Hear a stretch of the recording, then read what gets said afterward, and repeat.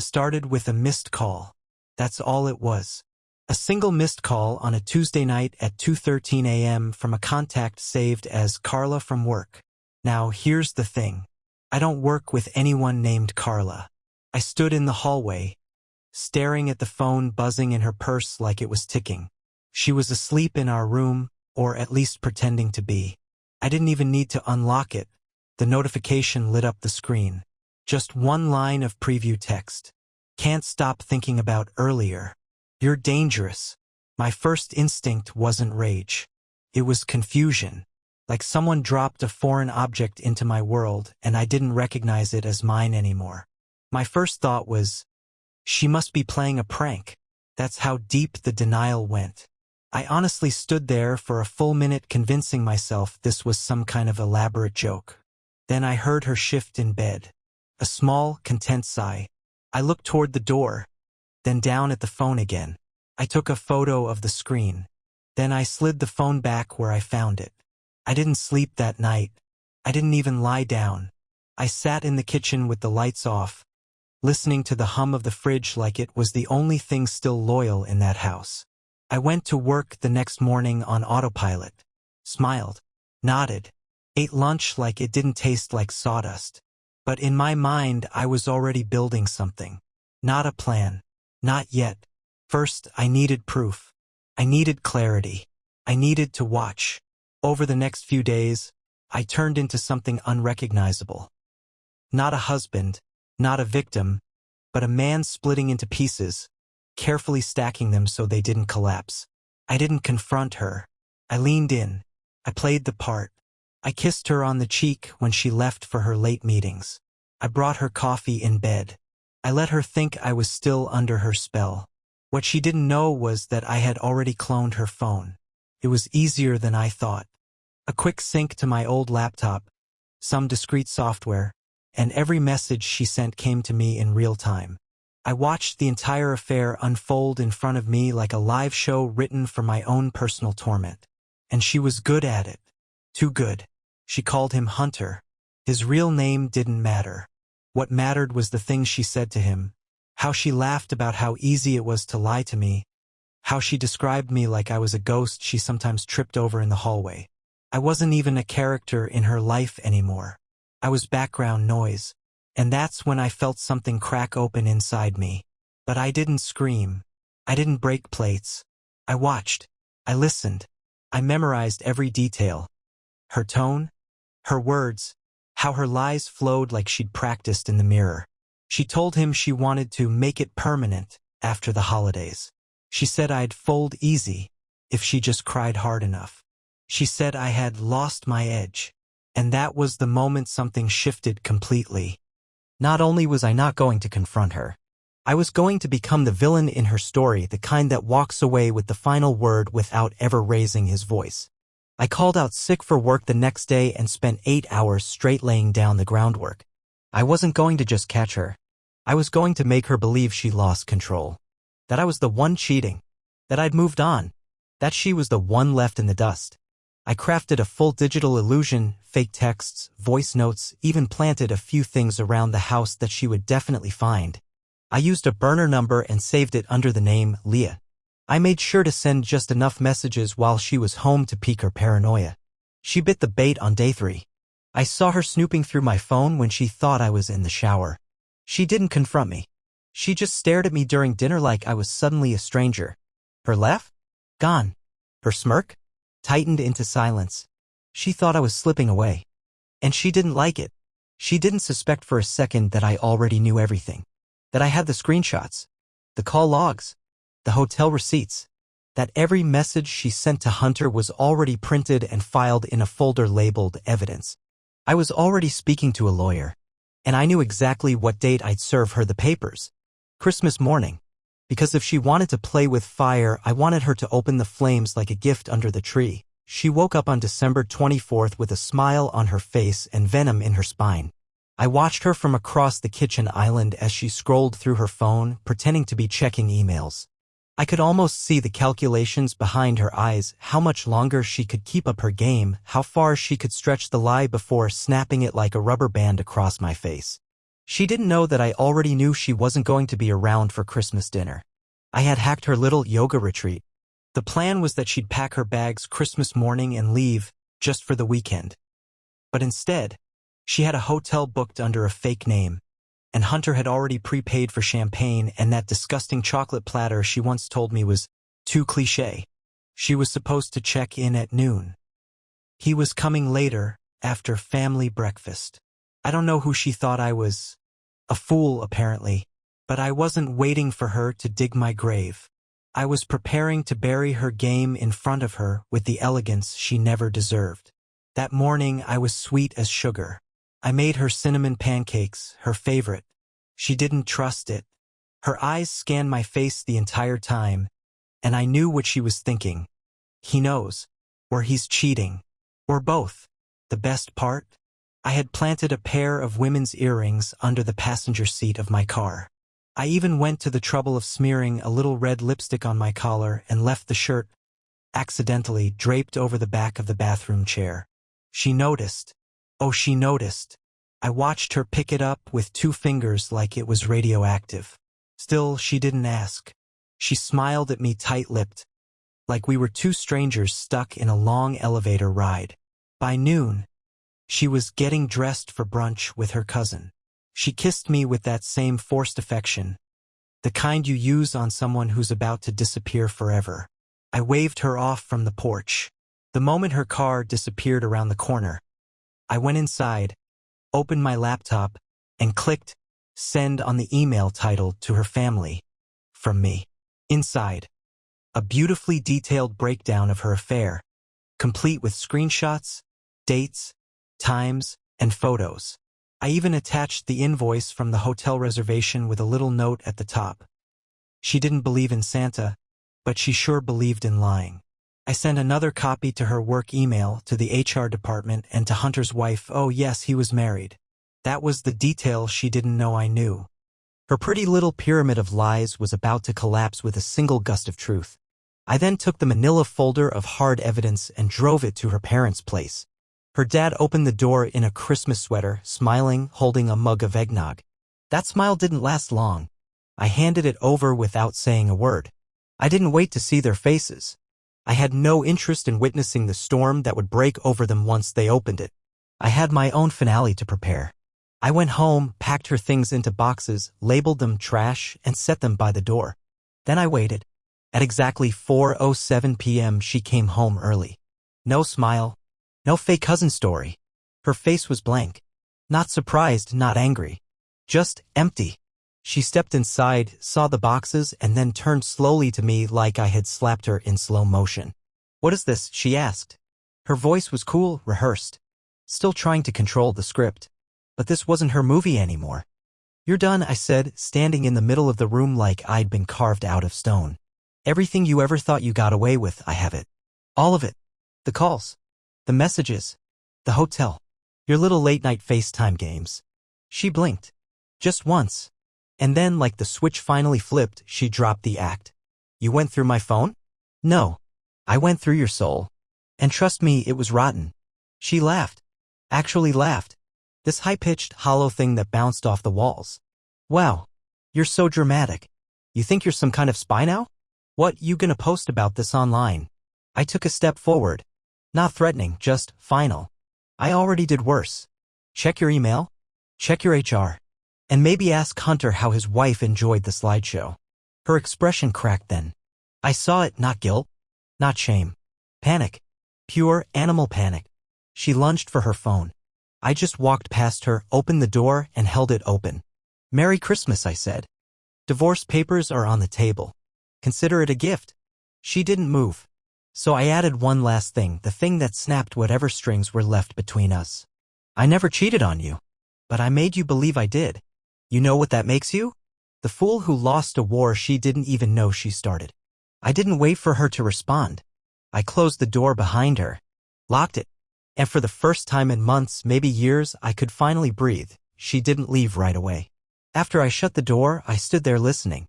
I could hear her breathing on the other side, shallow and uneven, like she was trying to hold something together that was already crumbling in her hands. She knocked, soft at first, then a bit louder. Open the door. Nothing in her voice resembled the woman I married. There was no love, no regret, not even anger. Just command. As if she still believed she had a right to control the moment, to steer the scene back into her script. I didn't move. She knocked again. We need to talk. This is immature. That one almost made me laugh. Immature? After the double life she had run with the efficiency of a Wall Street criminal? I sat down at the kitchen table and waited. I didn't care if she stood there for hours. Let the cold peel at her skin. Let the silence crush her. It was time she felt the things I had buried. Eventually she left. I watched from the upstairs window as she sat in her car for 10, maybe 15 minutes. Probably trying to figure out her next lie, wondering how much of her empire had really burned. She didn't know about the lawyer yet. She didn't know the extent. But she would. By the time she drove off, my inbox was already glowing. Replies from her work. Her HR department requested a meeting first thing after the holidays. Her mother had sent a single-line message. You should have told us sooner. I'm so sorry. And Hunter's wife? Oh, she wasn't subtle. She replied with one photo.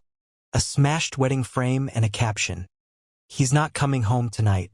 Everything was moving like clockwork. I didn't enjoy it. I wasn't celebrating. There was no joy in this. Only closure. Only the clean, surgical precision of truth severing what had long since turned to rot. But the part that hit hardest? Later that night, I got a message from an unknown number. No name, just a string of words. I should have just told you the truth. But you would have left. And I didn't want to lose everything. No apology. Just fear of consequence. And in that one message, I saw everything she really was. She hadn't stayed with me because of love. She'd stayed because I was stability. Because I was the house, the car, the fallback plan. The comfortable lie she could return to when her secret life got too exhausting. I blocked the number. The next day, I met with the attorney again. I signed everything. She'd be served officially the moment she walked into our mediation meeting in 2 weeks. But I added a little twist. She wouldn't just be served. She'd be served on camera in front of a mutual friend posing as our couples therapist. Because if she wanted drama, if she built her world on performances, then I would give her the last scene she'd never forget. But in the meantime, I began something new. I cleared out the house, took down every picture she was in, packed away memories like old wires, tangled, useless, dangerous to keep around. I changed the locks, changed the scent of the house, bought new sheets, put on music she hated just because I could. And for the first time, I slept soundly. Not because the storm was over, but because I had finally stopped pretending it hadn't been raging for years. 2 days after Christmas, I got a knock on the door I didn't expect. It wasn't her. It was Hunter. Standing there in some overpriced jacket with that kind of face you only see on people who just realize their whole life is now a war zone. His eyes were bloodshot. Not from tears, no. This guy didn't look like he cried.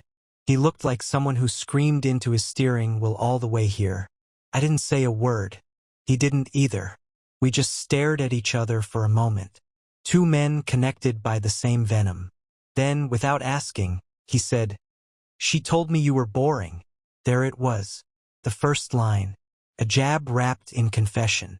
I leaned against the doorframe and replied, "She told me you were dying of cancer. Terminal. Wanted me to feel bad in case I found out about the texts." He blinked like I'd thrown cold water on him. She said what? I almost smiled. Almost. But I didn't. I just let it sit between us. He rubbed his jaw. I found the emails. My wife left. Took the kids. I'm in a hotel. Then what are you doing here? I asked.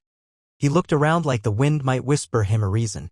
Then he said, I wanted to see who you were. I nodded slowly. And? She played both of us. No, I corrected him.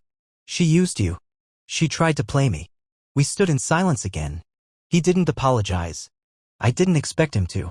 He didn't come here for redemption. He came to touch the wreckage. To see what survived. Then he said, she's spinning it. Telling people you abused her emotionally. That she had to escape. There it was. I didn't flinch. Let her spin, I said. I've got receipts. And a lawyer who already warned me this would happen. He looked down. She's like, radioactive? It's not just lies, it's the way she tells them. Like she believes them. Makes you question your own memory. I nodded. She once told me she was at a charity event when I literally saw her in a car with him. She swore up and down I imagined it. Like a magician gaslighting her audience. He looked up at me then, like two soldiers in different uniforms realizing they were both drafted into the same war without knowing it. Then he said something strange. I don't think she knows who she is without someone to lie to. And for a second I felt something I didn't expect. Pity. Not for him. Not for her. For the emptiness she built her identity around, this echo chamber of lies and control and twisted affection. But pity doesn't last. I need to go, he said. I stepped back, let the door close slowly between us. He didn't knock again. The next day she showed up. Not alone. She brought her sister. They stood on the porch like they were staging a PR campaign, her sister clutching some envelope like it was an olive branch and her, dressed down in sweats and no makeup like she was trying to play devastated but innocent. I opened the door, but only halfway. Can we talk? She asked. No, her sister jumped in. She's willing to admit to some things. We don't want this to turn into a mess. I raised an eyebrow. A mess? You think this isn't already a mess? You think your sister's personal horror show hasn't spilled all over everyone she knows? She stepped forward. Look, we all make mistakes. I cut her off with one sentence. She turned her affair into a game. She mocked me while she did it. She gambled with her own life and lost. Her sister backed off. The envelope, probably a pathetic offer or a half-apology letter, crinkled in her hand. Then the cheater spoke. Quietly. Are you really going through with it? I met her eyes and held them. Not hate. Not anger. Just certainty. You don't exist here anymore. She didn't cry. She didn't scream. She just stood there like someone unplugged from her source of power. And for the first time I realized something chilling. She wasn't sorry. She was defeated. And she didn't know how to function without control. She left. No words. No theatrics. Just vanished down the steps like a puppet with no strings left. New Year's Eve came, and while most people were popping champagne and counting down to midnight, I was sitting alone on the balcony with a glass of water and a silence so pure it felt holy. No texts. No forced small talk. No pretending to laugh at stories that had long lost their charm. Just quiet. And the slow, deliberate process of learning how to be alone without being lonely. I didn't feel victorious. That wasn't the point. What I felt was clarity, the sharp, cold kind that doesn't comfort you but demands you pay attention. Every second of the past few weeks had torn something out of me, stripped something down. But it also built something in its place, a spine. She didn't call. She didn't text. Not because she respected the boundary. Because she was waiting. Waiting to see if the fire would die down. Waiting to see if enough time would pass for her to play the maybe we were both wrong card. She didn't understand yet. There wasn't going to be a rekindling. There was only going to be ash. On January 2nd, I got a letter in the mail. Handwritten. No return address. It wasn't an apology. It was a rewrite. Every sentence bled delusion. She wrote about how broken we both were. How things got messy and feelings blurred. And nothing is ever black and white. She actually had the nerve to write, I know you think I betrayed you, but I was just trying to find myself in the chaos. That line. That was the line that lit the fuse again. Find yourself? You don't go looking for yourself in someone else's bed. You don't explore your identity by turning your partner into collateral damage. You don't rewrite a war you started as mutual miscommunication. But the letter wasn't for me. Not really. It was for future versions of me. The one she hoped would reread it months from now with nostalgia instead of nausea. So I didn't respond. I scanned the letter, filed it with the rest of the evidence, and moved on. Because there were bigger things happening now. Things she couldn't undo. The lawyer called me the next day. Her side had finally responded weakly. No denial of infidelity. Just a vague counter of emotional harm, and an attempt to negotiate who got what. They wanted to keep the house. The house. The same place she mocked me from behind closed doors. The kitchen she lied in. The bed she defiled. The hallway where I heard her whisper things she thought I'd never hear. They wanted that. So I made my move. I offered her the house. But on one condition. She'd have to admit, in writing and in front of witnesses, that the affair happened, that she misrepresented herself, that she emotionally manipulated the marriage. She refused at first. Of course she did, because to her, losing the house wasn't as terrifying as losing the narrative. But then the second wave hit. She lost her job. Turns out HR had been a lot more thorough than expected. The workplace affairs weren't new. She had a history of inappropriate conduct. Mine just happened to be the first time someone packaged it and delivered it with precision. Now suddenly she was calling through her lawyer. The offer was back on the table. She'd admit to it all. She just wanted the house. I told them I'd think about it. I wasn't going to give it to her. I just wanted her to believe she could still win. That was part of the design. Because I wasn't done yet. And she hadn't felt what it meant to be truly ghosted by someone you thought would always stay. The next stage was coming. And it would be quiet, surgical, and final point. 2 weeks passed and not a word from me. Not a text, not a call, not even a lawyer's response. Silence became my weapon and I wielded it with precision. Her camp kept reaching out, emails with subject lines like following up on the revised offer, potential compromise. And the last desperate one, request for peaceful resolution. But peace was never what she gave me. What she gave me was war in soft tones and fake smiles. She gave me performance, manipulation, deception with a side of laughter. So now I gave her something worse than rage. Indifference. She didn't know what to do with that. She was used to people chasing her, yelling at her, begging her to explain. She didn't know how to handle someone who simply erased her. I went off-grid, deleted the shared calendar, deactivated our old shared cloud storage, took my name off every utility, changed my number. Only my lawyer had the new one. Everyone else who needed to know knew. To her, I had become a ghost, a whisper in the places she used to control. And that's when she started cracking. She showed up at my friend Jordan's house. Let me give you some context. Jordan was our friend. But he didn't pick sides. Not at first. He played neutral until the folder I gave him made his stomach turn. Now he was strictly on team get her out of your life. She showed up at his doorstep with mascara running and a grocery bag full of cookies like we were still 23 and this was some high school breakup. She tried the I've changed speech. Jordan told me later it was the most delusional monologue he'd ever heard. She said things like, we had something real, didn't we? And when he stayed silent, she tried, he's making this worse than it has to be. But Jordan just looked her in the eye and said, you lit the match and now you're mad. He walked away from the fire. She left in tears. And that's when I knew I had her where I wanted her. But I still had one more play. The therapy session. Remember? The one I scheduled weeks ago, not for therapy, but for delivery. It was happening Friday at 10 a.m. Her lawyer had confirmed she'd be there. She thought it was mediation. She thought I was finally ready to talk it out. She thought we were going to sit down with a neutral party and process the pain. I showed up 15 minutes early, handed the therapist an envelope. Inside? The signed divorce papers. The statement of her infidelity. The final settlement offer reduced now with no house and no assets. Her lawyer had gone quiet. Mine said they were waiting on her next move. So I delivered it personally. She walked into that office wearing some over-the-top coat like she was dressing for the red carpet of reconciliation. I didn't say a word when she sat down. She smiled, practiced, cautious. Then the therapist cleared her throat, slid the envelope to her side of the table. What's this? She asked. I stood up, adjusted my watch, and said, closure. She opened the folder. She didn't speak for a solid 30 seconds.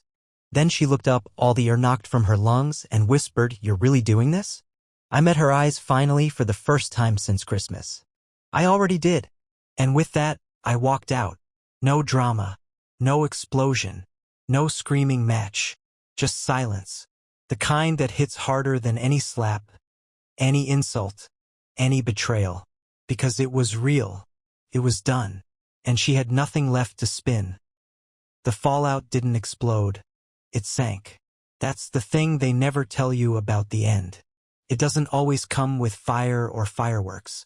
Sometimes, it's just the slow, steady descent of someone losing control of a lie they built their identity on. She didn't respond in the therapy room. Didn't cry.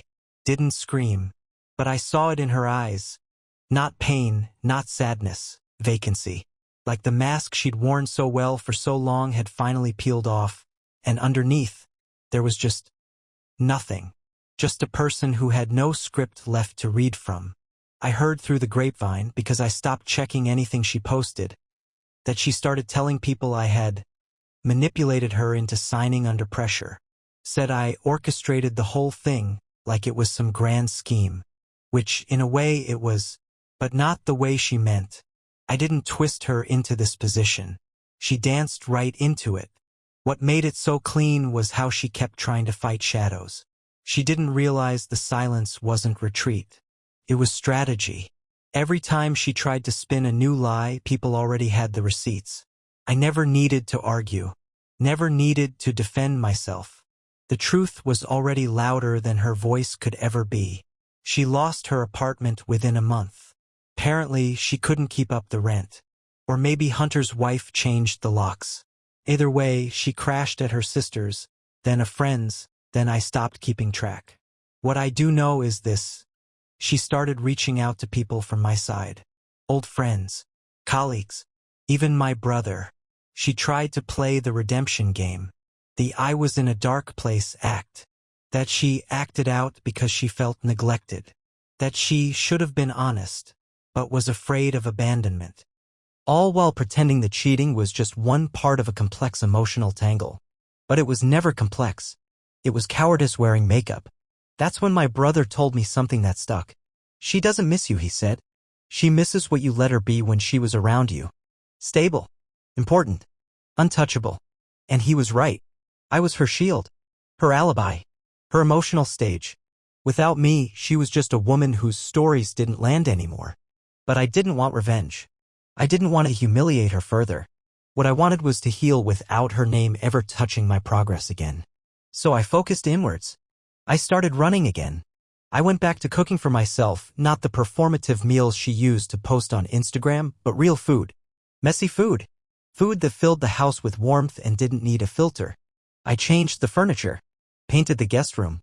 Tossed the stupid velvet throw pillows she insisted on. Burned her scented candles. I made the space mine again. I started talking to people again. People I hadn't realized I distanced myself from because I was too busy managing her moods, her drama, her endless need to be the center of every room. And slowly, piece by piece, I started feeling alive again.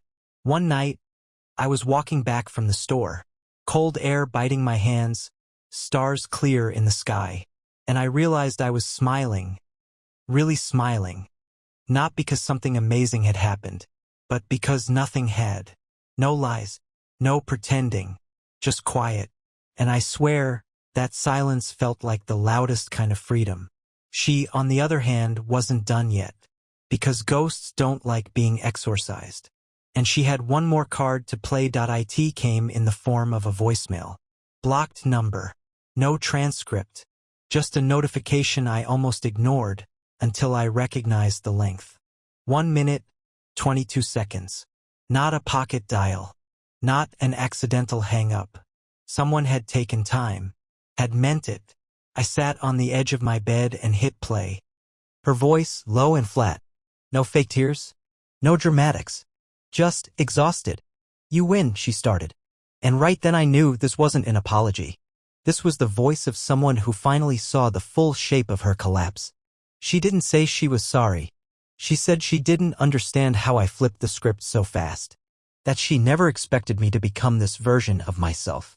Said she kept checking my socials like I'd give something away, a clue, a crack, a sign that I was suffering. But there was nothing. And that's what broke her. I thought you'd fight, she said. Not disappear. I thought you'd scream or cry or drag it out. But you just cut me off like I was nothing. She paused. Breathed. I don't know who I am without the chaos. There it was. Her truth. The thing buried beneath all the gaslighting, the manipulation, the games. She wasn't just addicted to lying, she was addicted to being the center of someone else's emotional orbit. Good or bad, love or hate. She needed attention like oxygen. And when I vanished, she suffocated. The last line chilled me more than I'll ever admit. Even if you never speak to me again, you'll think about me. Because no one else will make you feel like I did. No one else knows how to get under your skin like I do. I deleted the voicemail right then and there. Not because it scared me, because it was a trap. A final flare shot into the sky, hoping I'd chase it. Hoping I'd respond, if only to disagree. Because that's what she really wanted. Not love. Not reconciliation. Just relevance. And the scariest part? For a second, she almost got in again. Just that tiny sliver of doubt. What if she's right? What if the silence is just me running? What if this isn't closure, just avoidance? But then I looked around, at the calm, at the space that no longer carried her echo, at the version of me that wasn't just surviving but rebuilding. And I remembered what it felt like to live without her shadow draped over everything. She was wrong. I had felt things no one else ever made me feel. Confusion, disgust, paranoia, exhaustion, loneliness, the worst kind, the kind you feel while someone's lying next to you. Those feelings? They don't haunt me. They freed me. And that's what she'll never understand. Not really. Because to her, losing means not being missed. But to me, losing her meant finally getting myself back.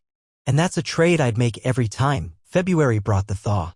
Not in the weather that was still bitter, gray, honest. But in me.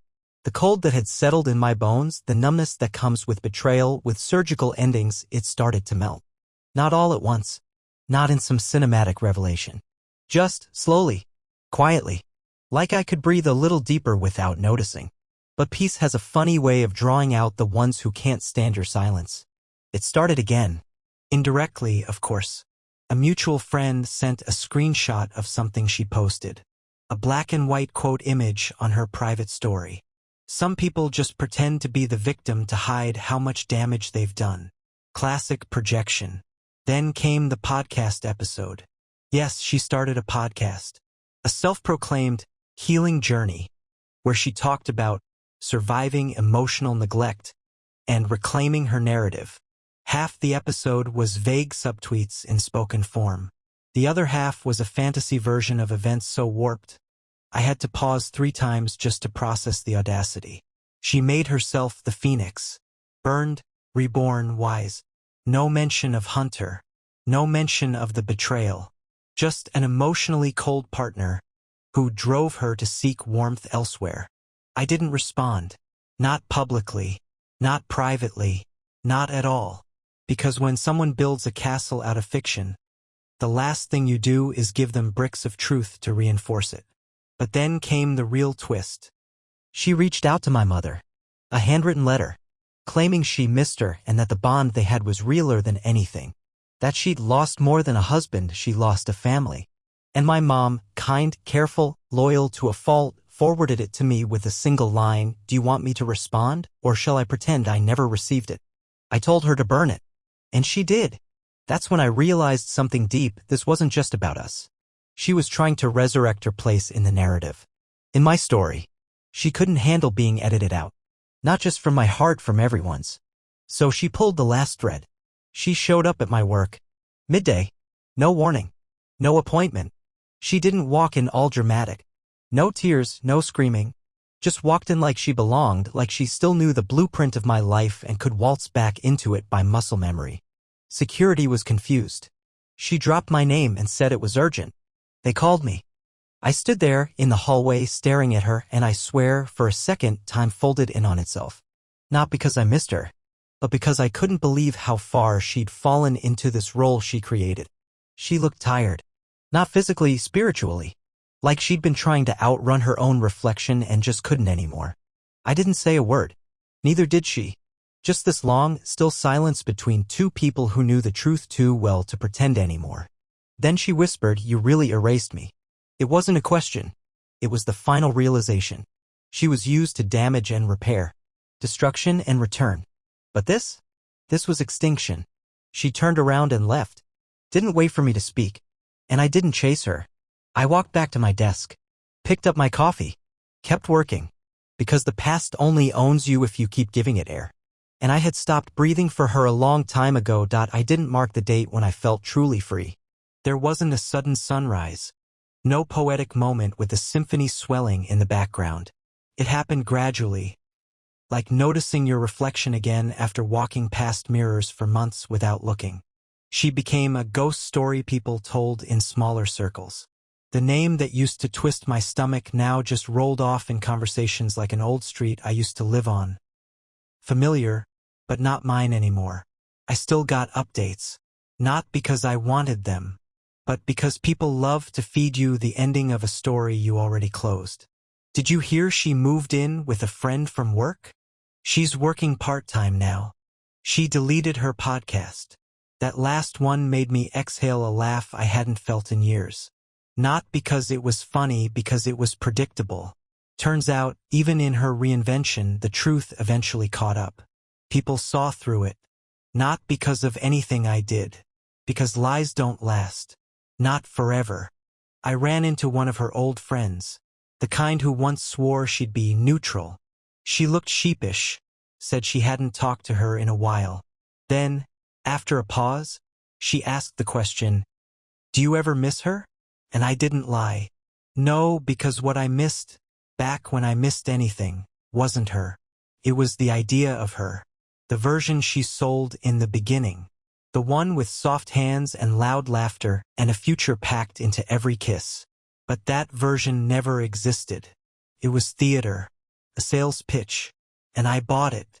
That's the part that used to hurt. Not the betrayal, not the deception, but that I believed her. For so long with my whole heart. But here's what I've learned. There's no shame in being deceived when you showed up with honest eyes. The shame is in staying once the mask falls off. And I didn't stay. I left. Clean. Quiet. Absolute. The day my divorce finalized, I didn't celebrate. I didn't throw a party or go out drinking or toast to my newfound freedom. I made coffee, sat on my porch, listened to the birds, and felt nothing. And that nothing was beautiful. It was peace. It was the absence of performance. No games. No late-night gut punches. No pretending I didn't see what was right in front of me. I had no desire to win. I didn't need her to hurt. I just needed her gone. And she was. The last text she ever sent, the one I'll remember, not because of what it said, but what it meant, was simple. "You'll think of me someday." Maybe. But not the way she thinks. Not with longing. With clarity. With a deep, grounded, unshakable understanding that sometimes walking away isn't the end of love, it's the beginning of self-respect. So here's my advice to anyone reading. If you're in the middle of the storm, if you're staring at the cracks and wondering if you're paranoid or broken or too sensitive, let me say it clearly. You are not. Trust the shift. Don't beg someone to stay after they've already left in spirit.